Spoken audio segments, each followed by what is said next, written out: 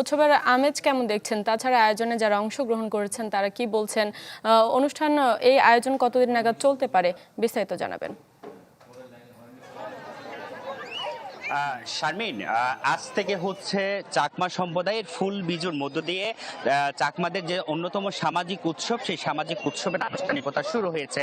এবং আজকে আমরা দেখেছি সূর্যের আলো ফোটার পর থেকে এখানকার চেঙ্গি, মাইনি নদী সহ অন্যান্য যেসব ছড়া রয়েছে কিংবা খাল রয়েছে, সেখানে কিন্তু নানা বয়সে চাকমা সম্প্রদায়ের লোকজন ফুল নিয়ে তারা কিন্তু নানা হরেক রকমের ফুল নিয়ে তারা কিন্তু নদীর পাড়ে কিন্তু সমাবেত হতে এসেছেন। আমি যদি একটু দেখানোর চেষ্টা করি, আমরা এখন আছি দিঘিনালা উপজেলার মাইনী নদীর পাড়ে এসেছি। আমরা মাইনী নদীর পাড় থেকে আপনাদেরকে দেখানোর চেষ্টা করছি। এখানে কিন্তু হাজার হাজার মানুষ রং বেরঙের ফুল, রং বেরঙের পিনন হাতে কিংবা পোশাক পরে তারা কিন্তু এখানে এসেছেন। এসে কিন্তু তাদের যে পুরনো বছরকে তারা বিদায় জানাতে এসেছেন এবং এর পাশাপাশি নতুন বছর যাতে সমৃদ্ধি, সুখ, শান্তি নিয়ে আসতে পারে, তারা কিন্তু সেই প্রার্থনার জন্য কিন্তু এখানে সমাবেত হয়েছেন।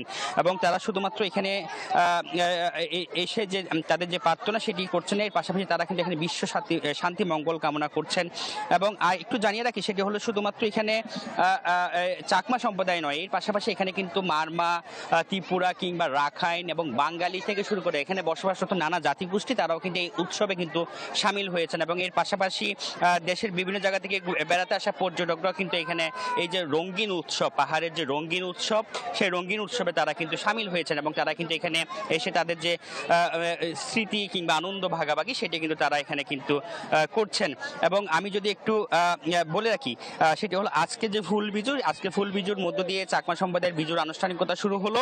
আগামীকাল হচ্ছে মূল বিজু, যে মূল বিজুর মধ্য দিয়ে হচ্ছে আনুষ্ঠানিকতা শুরু হবে, যে অতিথি আপ্যায়নের যে আনুষ্ঠানিকতা সেটি শুরু হবে।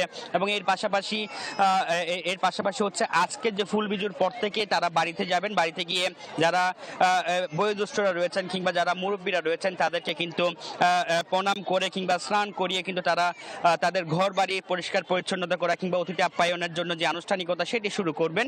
এবং আগামীকাল মূল বিজুতে কিন্তু অতিথি আপ্যায়নের পর্ব শুরু হয়ে যাবে, যেটি হরেক রকমের তরকারি দিয়ে এখানকার নানা রকম সবজি দিয়ে একটি কিন্তু পাজন রান্না করা হবে। এবং এর পাশাপাশি নানা রকম মিষ্টান্ন থাকবে।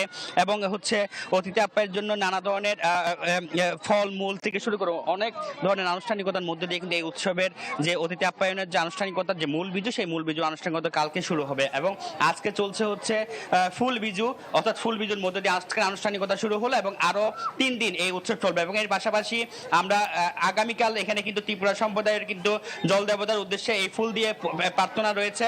তারপরের দিন 14 এপ্রিল হচ্ছে বাংলা নববর্ষ। তার পাশাপাশি হচ্ছে এখানকার যা বসবাসরত মানমা সম্প্রদায়ের সাংগ্রাইং উৎসবের জলখেলি রয়েছে। তো সবকিছু মিলিয়ে বলা চলে এই যে এপ্রিল মাসের পুরো সময়টা জুড়ে কিন্তু পাহাড় কিন্তু উৎসবের নগরে থাকে। শারমিন, এ ছিল আমার কাছে খাগড়াছড়ি থেকে উৎসব নিয়ে খবরাখবর।